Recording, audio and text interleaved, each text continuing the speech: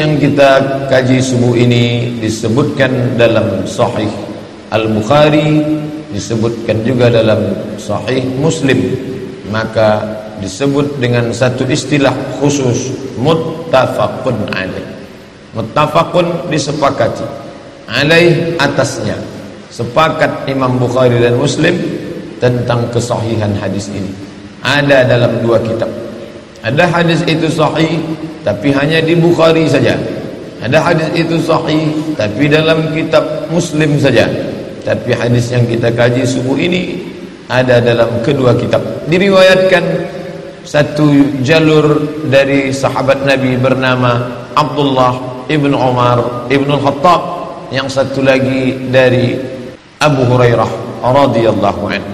Adapun lafaz yang kita bahas yang diriwayatkan dari Abdullah ibn Umar ibn al-Khattab, tentu Imam Bukhari tidak jumpa dengan Abdullah ibn Umar ibn al-Khattab, karena Imam Bukhari meninggal tahun 256 Hijrah, hampir 2 abad setengah setelah Nabi Muhammad sallallahu alaihi wasallam. Imam Muhammad bin Ismail bin Ibrahim, Muhammad ibnu Ismail ibnu Ibrahim ibnu al-Mughirah ibnu Bardizbah Al-Bukhari meriwayatkan hadis ini dari gurunya bernama Ishaq ibnu Muhammad Al-Farawi. Meriwayatkan hadis ini dari gurunya Malik bin Anas, Imam Maliki, gurunya Imam Syafi'i. Malik bin Anas meriwayatkan hadis ini dari gurunya Nafi' Maula ibn Umar. Nafi' meriwayatkan hadis ini dari gurunya Abdullah ibn Umar ibn al-Khattab radhiyallahu anhuma. Abdullah ibn Umar ibn al-Khattab meriwayatkan langsung dari Nabi Muhammad sallallahu alaihi wasallam.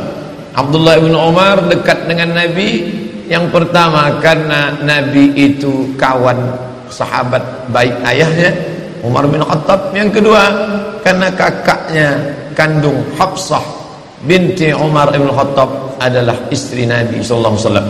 Jangan heran kalau Abdullah bin Umar bebas di rumah Nabi karena mahram, karena hubungan kedekatan, hubungan persahabatan bersama Rasulullah, dan dia termasuk bagian dari keluarga Rasulullah sallallahu alaihi wasallam. Maka Abdullah bin Umar bin Khattab mendengar Nabi bersabda, qala Rasulullah sallallahu alaihi wasallam, Rasulullah bersabda, tuqatiluna al-yahuda, kalian akan berperang dengan orang Yahudi. Seandainya Yahudi itu sekarang tidak ada lagi, maka orang akan berkata, mana ucapan Nabi Muhammad SAW? Berarti tak betul Nabi itu. Kata dia kalian akan berperang dengan Yahudi. Buktinya Yahudi tak ada lagi. Yahudi tetap ada, tetap eksis, tetap tegak berdiri di atas muka bumi. Orang mengatakan mereka akan punah, musnah seperti yang terjadi pada kaum-kaum yang lain.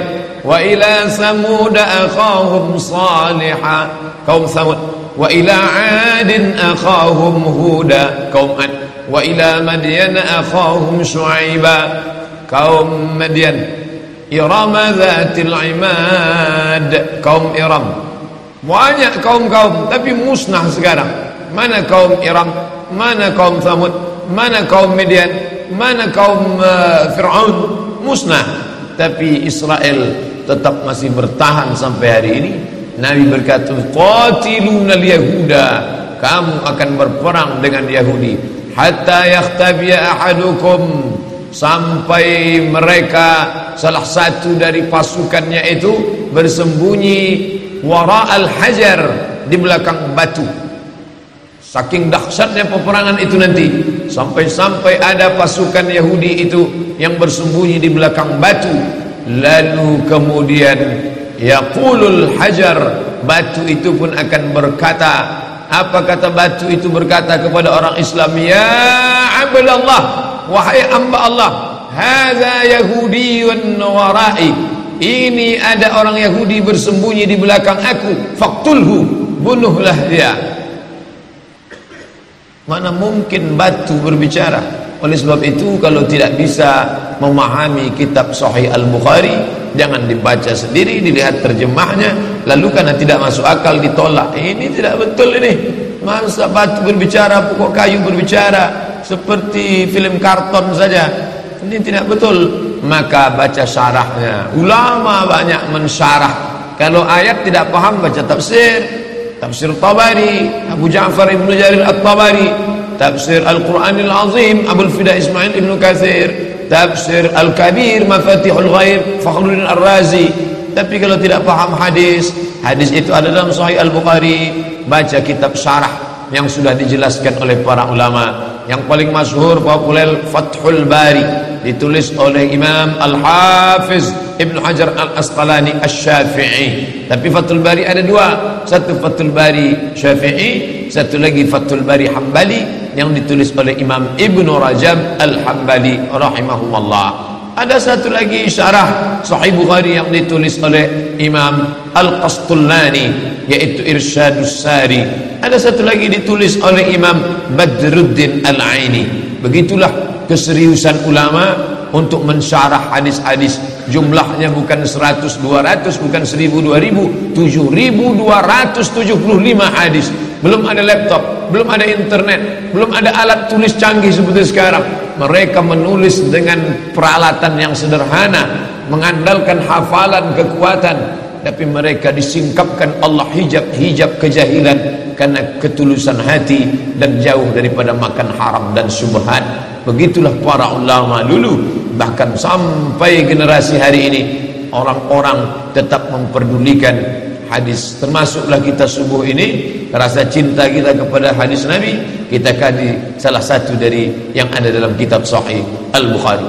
Maka kata Imam Al-Hafiz Ibn Hajar Al-Asqalani, makna bahwa batu berbicara, hadza Yahudi khalfi, ini ada orang Yahudi di belakangku. Hai Abdullah, hai orang Islam, ya Abdullah, wahai hamba Allah, hadza Yahudi khalfi, ini ada Yahudi di belakangku, faqtuluhu, bunuhlah dia.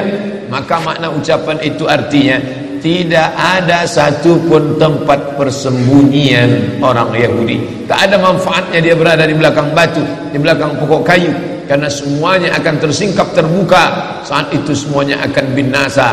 Ini hadis salah satu mukjizat Nabi Muhammad sallallahu alaihi wasallam. Bahkan di Al-Azhar, ketika kita masih belajar dulu, ada satu mata kuliah khusus, yaitu Tayyarat Fikriyah.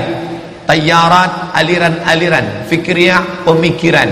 Ada aliran sekuler, ada aliran liberal, ada aliran sosialisme, ada aliran komunis, dan ada satu aliran khusus yang dikaji selama satu semester, yaitu aliran yang disebut dengan Sahyuniyah atau Zionis.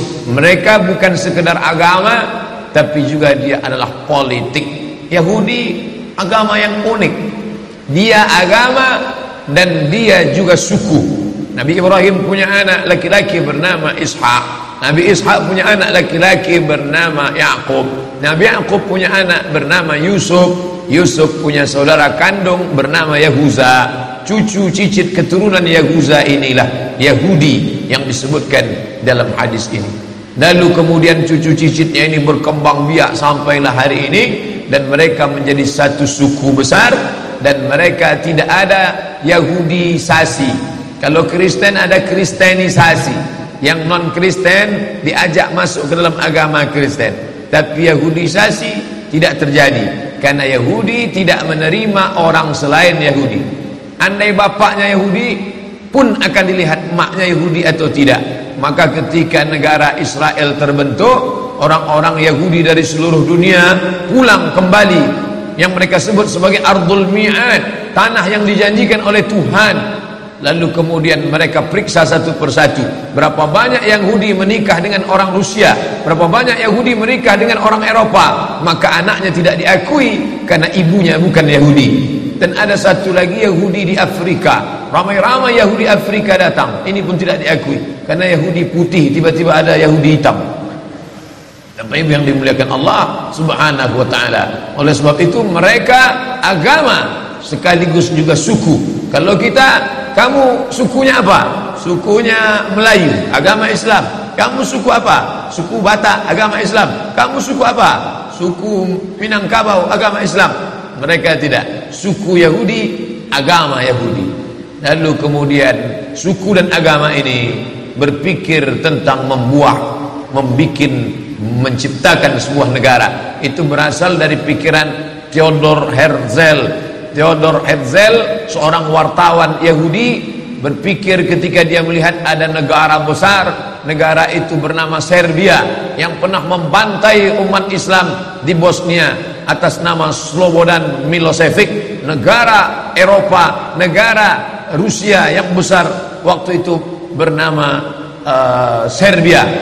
Maka Theodor Herzl berpikir, kalau Serbia punya negara, mengapa kita orang Yahudi tidak punya negara? Maka dia kumpulkan orang-orang Yahudi dari seluruh dunia, maka mereka pun berkumpul. Inilah cikal bakal Zionis yang ingin mendirikan sebuah negara. Akhirnya tahun 1946 mereka pun berhasil mendapatkan tanah Palestina.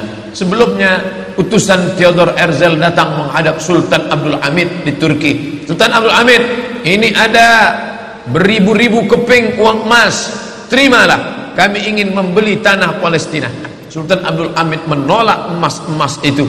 Dia katakan Palestina direbut dengan tetesan darah para syuhada. Mereka mati karena Allah Subhanahu wa taala. Aku tidak akan menjual sejengkal pun tanah Palestina kepada kalian.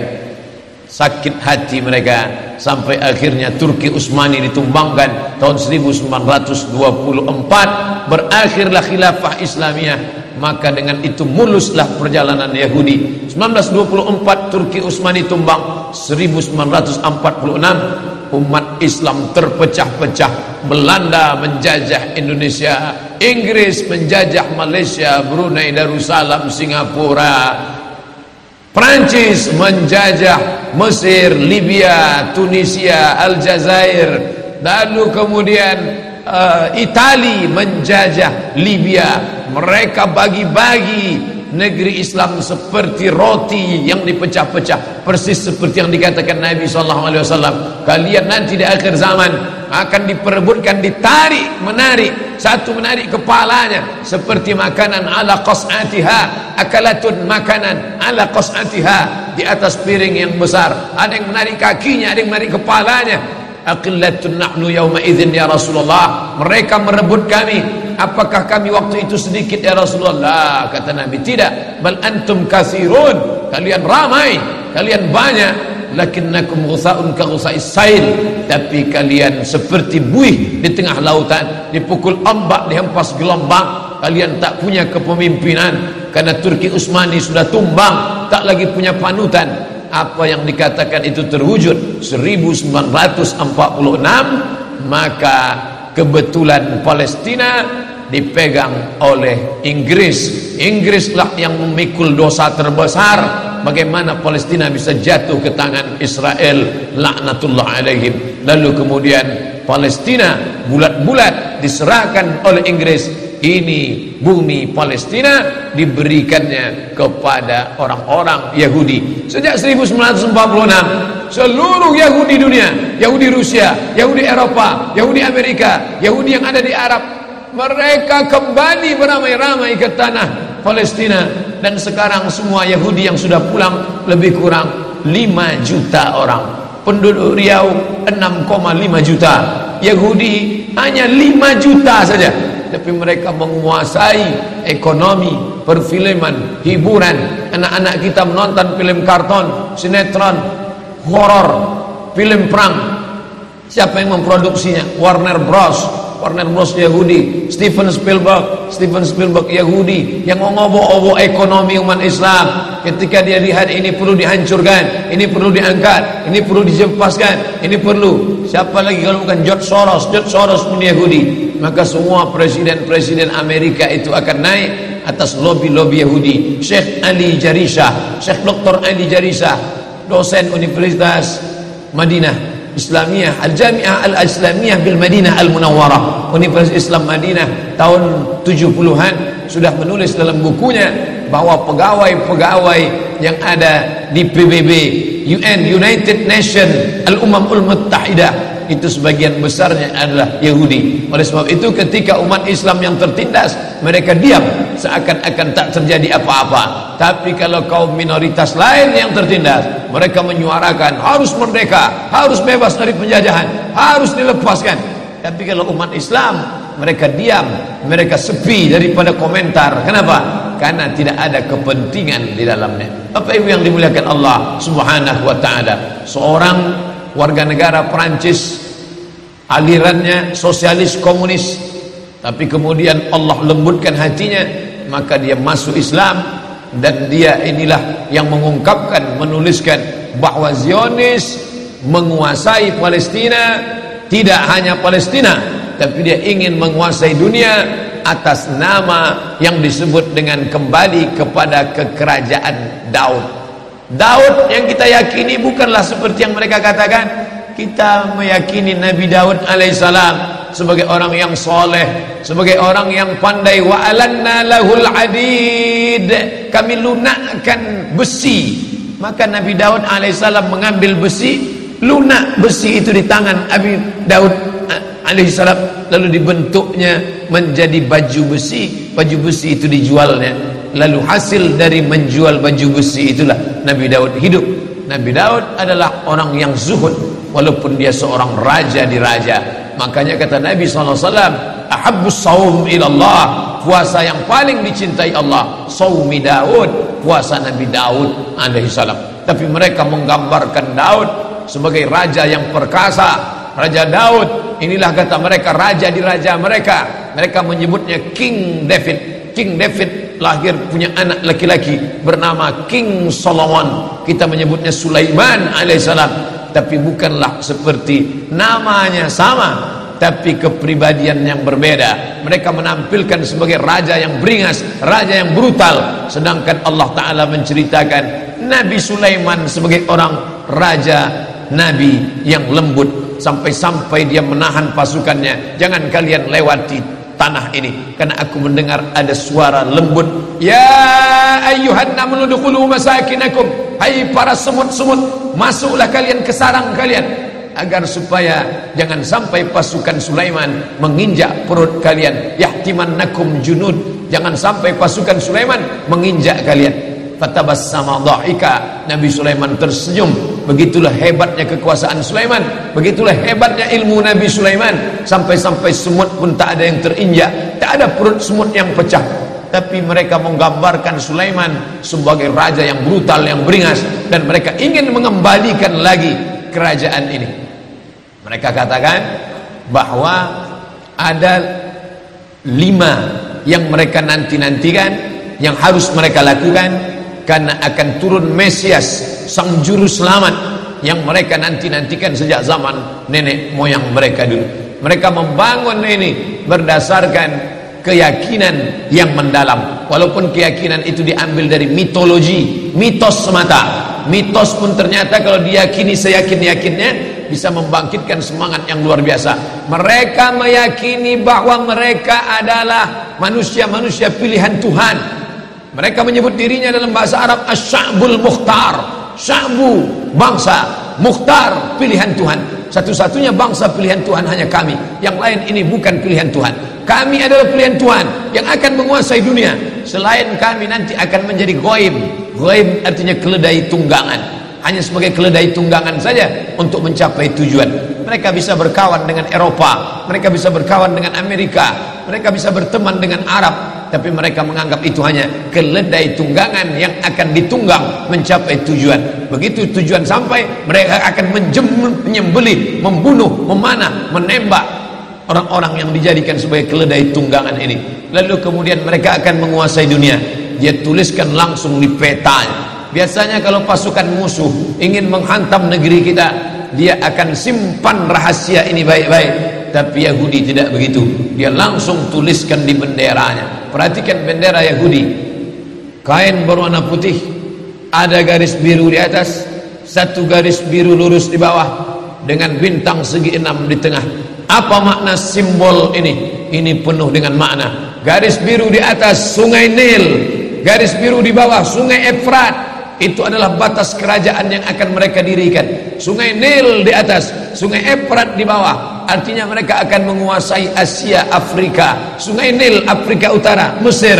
Sungai Efrat Asia, Irak. Mereka akan membuat negara Greater Israelian yang disebut dengan Israel Raya, Israel Agung, yang batasnya dari dua sungai, Sungai Nil dan Sungai Efrat. Oleh sebab itu jangan heran ketika kedutaan Yahudi, kedutaan Israel ingin dibuka di Kairo, dia tidak mau membuat kedutaan Israel di dalam bagian Sungai Nil, tapi dia ingin buat di luar.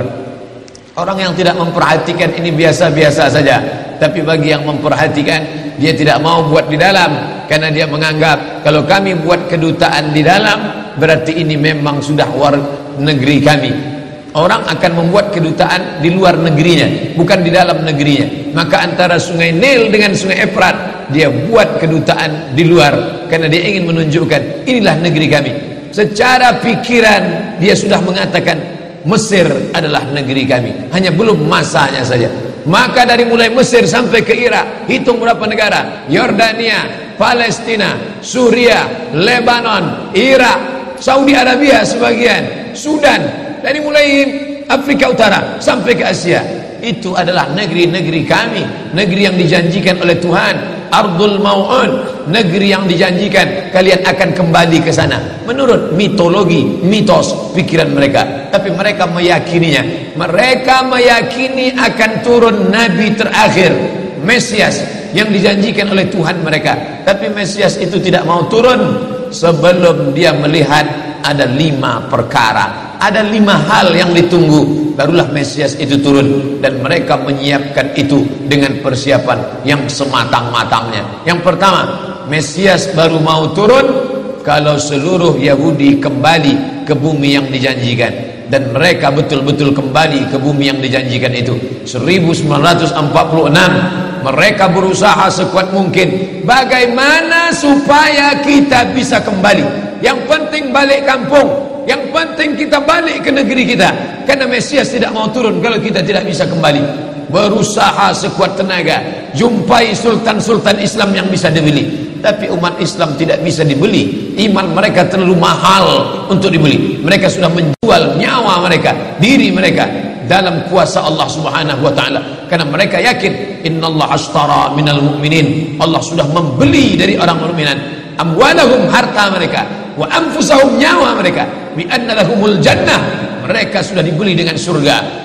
Nyawa yang ada dalam dirimu bukan milikmu, hartamu, mobilmu, rumahmu bukan punyamu.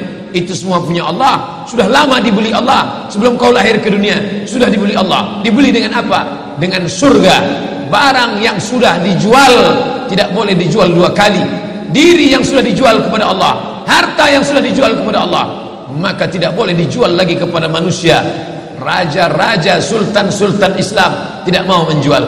Tapi mereka licik. Mereka gunakan anak bangsa umat Islam yang kulitnya sama dengan kita, yang wajahnya sama dengan kita, yang bahasanya sama dengan kita. Mustafa Kemal Atatürk bukan orang Yahudi, bukan orang kafir, orang Islam. Bahasanya bahasa Turki, wajahnya wajah Turki, tapi dia yang menggulingkan kesultanan Turki. 1924 berakhir khilafah Islamiyah, lemah umat Islam. Di saat itulah mereka mengambil, mencaplok, lalu kemudian akhirnya mereka kembali beramai-ramai. Mengapa mereka kembali ke tanah yang tandus ini? Bukankah mereka sudah hidup nyaman, enak di Eropa, Inggris, Perancis, Belanda, Jerman? Hampir di setiap negeri ini ada Yahudi. Kenapa mereka mesti kembali? Karena mereka meyakini ini adalah tanah yang dijanjikan oleh Tuhan. Mereka menyebut nenek moyang mereka itu Israel. Isra artinya hamba, El Tuhan. Israel hamba Tuhan, hamba pilihan Tuhan. Tapi Israel punya makna lain. Isra musari, El lillah. Israel musari lillah, orang yang pernah bergulat dengan Tuhan. Kata mereka, nenek moyang kami itu hebat. Kita mengatakan nenek moyang orang Melayu hebat, nenek moyang orang Makassar hebat, bisa mengendarai samudra yang luas bisa diseberanginya dengan perahu pinisi. Nenek moyang orang Minangkabau hebat, kami para perantau hanya sebatas itu saja. Mereka di atas itu lagi. Nenek moyang kami hebat. Apa hebatnya? Pernah bergulat dengan Tuhan dan Tuhan kalah. Tuhan kalah ketika bergulat dengan nenek moyang kami. Dan akhirnya ketika Tuhan kalah, lalu Tuhan pun memberikan hadiah. Hai Israel, aku kalah bergulat dengan engkau, maka sebagai kompensasinya aku berikan kepada engkau inilah tanah. Itulah dia tanah Palestina. Dan mereka meyakini itu setengah mati. Ustadz ngomong begini sumbernya dari mana? Judul bukunya Ad-Diyanah Al-Yahudiyah, Tarikh Ad-Diyanah Al-Yahudiyah, sejarah agama Yahudi, ditulis oleh seorang penulis ulama besar Mesir, pakar Yahudi, penerjemah Abdul Somad. Kebetulan saya menerjemahnya tahun 2009. Sampulnya warna hitam. Bagi jamaah yang ada di Jakarta, harap segera cari buku ini, yaitu diterbitkan oleh Pustaka Al-Kautsar Jakarta. Artinya mereka dengan keyakinan yang penuh, kami adalah hamba-hamba bangsa-bangsa pilihan Tuhan. Itulah mengapa mereka ramai-ramai. Orang berpikir heran, apa yang mereka kejar ke Palestina? Andai ada orang ingin merebut Irak, masuk akal. Merebut Irak karena banyak sumur-sumur minyak. Andai ada mau ekspansi ke Kuwait, masuk akal, karena sumur minyak di Kuwait banyak. Kenapa kembali ke Palestina? Ada apa? Tanah yang tandus, tanah yang kering kerontang. Mereka ingin membuat sebuah negara dengan keyakinan akan turun Mesias, sang juru selamat yang dijanjikan oleh Tuhan, dengan syarat orang-orang Yahudi mesti kembali ke negeri yang dijanjikan Tuhan. Yang kedua, Mesias sedang menunggu. Mesias melihat ke bawah. Kalau dia tengok di bawah masih banyak gurun pasir, dia tidak mau turun. Dia ingin melihat hijau. Kalau sudah dibentang karpet hijau, baru dia turun ke bawah. Maka yang dimaksud dengan hijau itu adalah ditanami tanaman-tanaman hijau, penghijauan yang luar biasa. Dan ketika Israel masuk ke Palestina, mereka ambil tanah itu, mereka hancurkan rumah orang Islam, mereka buat tembok panjang. Penjara terbesar dan terpanjang di dunia adalah Palestina. Mereka kurung orang Palestina. Mereka buat tembok beton yang tinggi, panjangnya 700 km lebih. Dari Pekanbaru kita lihat, Anda menuju Medan Sumatera Utara 600 km. Mereka membuat tembok tinggi 700 km. Bayangkan, umat Islam terisolir dan mereka tanami hijau-hijau. Makanya Allah berkuasa. Allah mau tunjukkan kuasa, lalu Allah buat tanaman hijau itu menyala. Dalam pokok yang hijau itu menyala. Heran orang, Allah mau menunjukkan kekuasaannya. Kalian tidak mau tolong Palestina, aku yang akan menolongnya. Tanaman yang hijau yang mereka tanam itu tiba-tiba terbakar. Tidak ada yang bisa mematikannya. Sampai-sampai reporter wartawan Amerika mengatakan, tidak ada yang bisa mematikan kebakaran ini kecuali Tuhan, karena Dia yang membakarnya. Bapak Ibu yang dimuliakan Allah SWT, tanaman apa yang mereka tanam? Persis yang dikatakan Nabi SAW, syajaratul gharqad, pohon gharqad, bentuknya seperti pinus, tinggi, memanjang. Lalu kemudian Bapak Ibu nanti tulis saja, yang ingin tahu bagaimana bentuk pohon gharqad, tulis saja www.google.com. Lalu tulis di sana alif lam ghain ra qaf dal al-gharqad, enter, muncul gambar pohon gharqad. HP saya tak bisa tulis Arab Pak Ustaz, belum masuk Islam. Cara mengislamkannya, Play Store, klik. Setelah buka Play Store, pilih Arabic Keyboard. Setelah keluar Arabic Keyboard, pilih Arabic Smart Keyboard. Smart Keyboard Arabic. Habis itu setupkan ke HP. 5 menit, geser, langsung berubah, bisa tulis Arab. Alif lam ghain ra qaf dal, enter, pilih image, muncul gambar pohon gharqad. Gimana? Sudah nampak? Tak keluar Pak Ustaz. Loh, kenapa? Paket tak ada. Sekarang mudah belajar. Dulu kami sekolah, ketika mau tahu gimana pohon sidir, kalau mau memandikan jenazah, ambil beberapa helai daun sidir, lalu digiling, dimasukkan ke air. Gimana pohon sidir, Ustaz? Pohon sidir, kata Ustaz, sekarang mudah saja, tinggal tulis sin dal ra, sidir, enter. Pohon bidara kata kita, enter image, nampak, oh ini gambarnya. Teknologi canggih memudahkan kita. Pohon gharqad, kata Nabi, kalau bersembunyi dia di belakang pokok kayu akan berkata, ini Yahudi di belakangku, bunuhlah.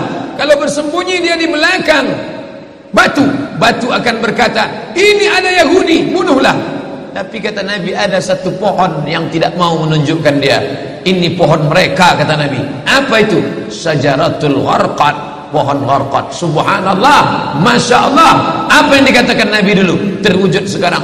Mereka tanam pohon gharqad ini sebanyak-banyaknya. Ketika saya sampai ke Rafah, Mesir, Palestina, sampai perbatasan Mesir Palestina, ada satu kota bernama Rafah. Rafah dibagi dua, Rafah Palestina, Rafah Mesir. Di tengah kota Rafah, di batas perbatasan, kawat duri panjang yang dipasang dengan voltase listrik bertegangan tinggi. Siapa saja yang menyentuhnya akan terbakar mati. Tak ada orang berani mendekat. Tapi kawat-kawat duri itu kita bisa melihat rumah-rumah saudara kita di Palestina dan nampak hijau. Lalu gaib penunjuk bertanya ke kami, coba tengok pohon yang hijau itu. Pohon apa itu? Pohon apa ya? Itulah pohon gharqad yang dikatakan Nabi SAW. Mereka tanam sebanyak-banyaknya karena mereka meyakini bahwa Mesias akan mau turun kalau sudah dia tengok hijau. Seperti kita kalau pesawat mau mendarat di airport Sultan Syarif Qasim II Airport, Anda akan, ladies and gentlemen, all our passenger, para penumpang pesawat airlines, kita akan mendarat. Begitu kita melihat riau hijau, tapi hijaunya bukan pohon gharqad, pohon gotah sama pohon sawit. Begitu juga kalau kita mau mendarat di Batam, kita lihat hijau ke bawah. Begitu jugalah Mesias akan turun ke bawah kalau dia melihat sudah hijau semua. Karena mereka meyakini, amat sangat meyakini itu. Mereka menanam pohon gharqad itu. 3. Kapan Mesias akan turun? Mesias akan turun kalau Babilonia dibantai terus. Makanya mereka punya program bantai Babilonia, hancurkan Babilonia. Kenapa mereka marah dengan Babilonia? Karena Raja Babilonia pernah menghancurkan kekuasaan mereka. Raja Babilonia yang mereka maksud adalah Nebukadnezar.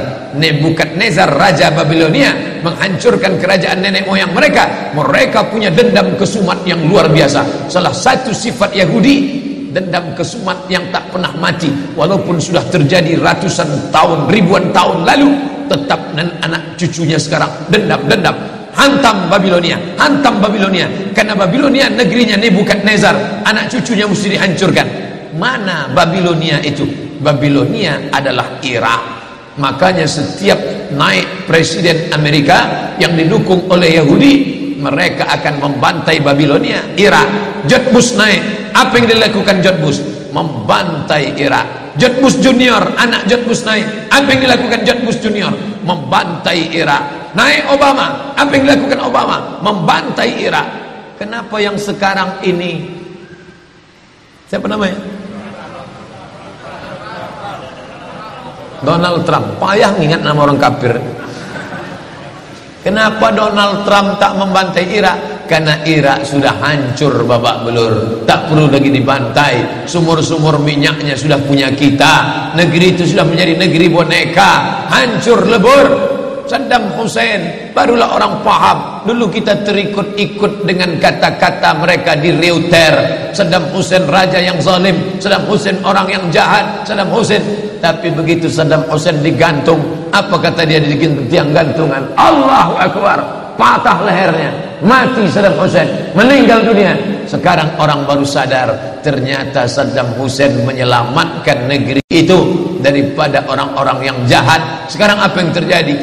Saudara kita yang beberapa bulan bersama kita di Masjid Raya Senapelan, kalau Bapak ingat, ayahnya, anaknya, ibunya, adik-adiknya tak sanggup lagi tinggal di Baghdad. Kenapa?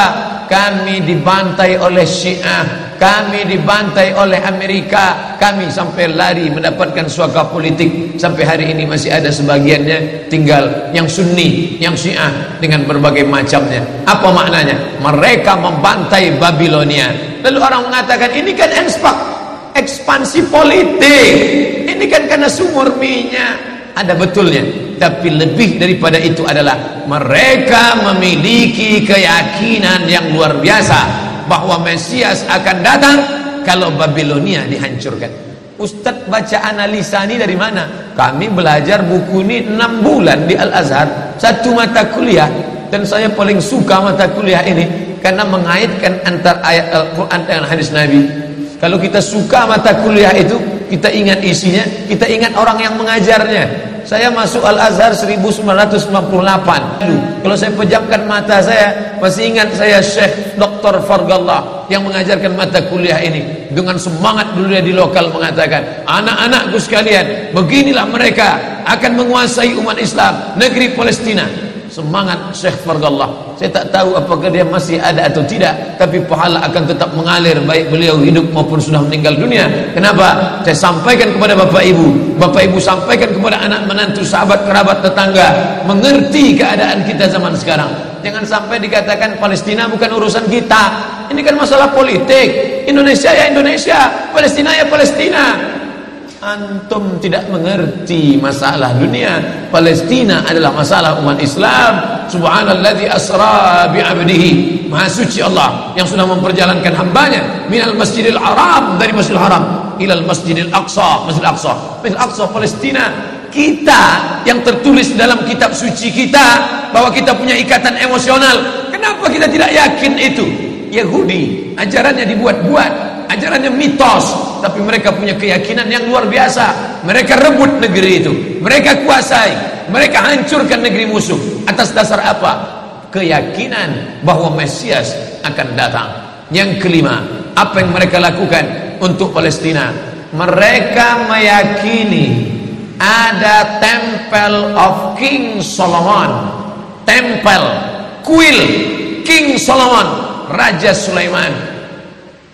Datang pula orang Indonesia latah, dikatakannya Sulaiman ini kerajaannya bukan di Palestina, di Yogyakarta, Sleman. Kata dia, King Solomon itu punya tempel kuil, dan Temple of King Solomon letaknya pas di bawah Al-Masjidil Aqsa. Apa maknanya? Mereka mengeruk setiap hari bulldozer, traktor, ekskavator, terus mengeruk keliling Masjidil Aqsa. Mereka ingin meruntuhkan Masjidil Aqsa. Tulis Temple of King Solomon, enter, pilih image, tampak gambar replika. Inilah kerajaan Sulaiman yang ada di bawah Masjidil Aqsa. Akan mereka naikkan. Mereka sudah bangunkan rumah kecil replikanya, seperti orang Riau membuat rumah replika, rumah Melayu Kampar, rumah Melayu Siak, rumah Melayu Bengkalis. Di mana rumah itu? Di Purna MTQ. Anak-anak kita kalau mau tahu bagaimana rumah Melayu Kampar, bagaimana rumah Melayu Siak, bagaimana rumah Melayu Pelalawan, pergi ke sana. Sebagiannya ada, sebagian tak ada, entah kemana perginya. Tapi mereka membuatkan itu. Inilah dia replika kerajaan Temple of King Solomon. Artinya apa? Mereka ingin menghancurkan Al-Masjidil Aqsa berkeping, sampai akhirnya disitulah nanti kemarahan umat Islam. Entah marah entah tidak, melihat gayanya tak marah. Kalian hancurkanlah. Banyak lagi urusan kami sibuk dengan ini. Tapi akan ada hamba-hamba Allah. La tazulu fi ummati ta'ifatun min ummati. Akan tetap ada sekelompok umatku yang memperjuangkan agamaku, kata Allah Subhanahu wa ta'ala. Yang terakhir, yang kelima, akan turun Mesias. Kapan itu terjadi? Ketika terjadi perang besar. Sebetulnya dalam agama Islam sudah dituliskan yang dimaksud dengan Mesias itu siapa. Kata Imam Al-Hafiz Ibnu Hajar Al-Asqalani dalam Fathul Bari, yang dimaksud dengan yang dinanti-nanti mereka itu adalah Dajjal. Dajjal itulah sesungguhnya yang sedang mereka nanti.